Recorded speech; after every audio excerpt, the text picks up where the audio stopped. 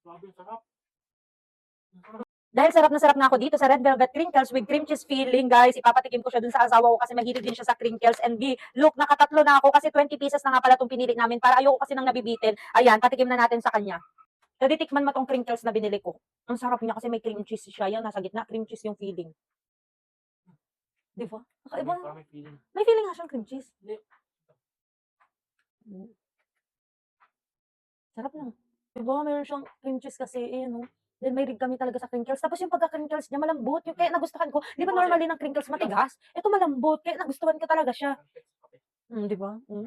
Oh, ayan, sabi ko isa lang, tikman lang niya. Ayan, kukuha na naman yan. Tapos, ang sarap niya sa coffee. Black coffee. Perfect. Kaya kung gusto niya ring itry, ilalagay ko yung link dito dyan sa basket. Ang sarap niya, girl.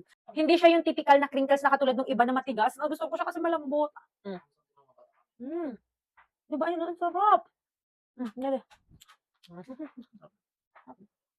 Ang sarap niya, be. Bumili na kayo nandiyan sa basket yung link.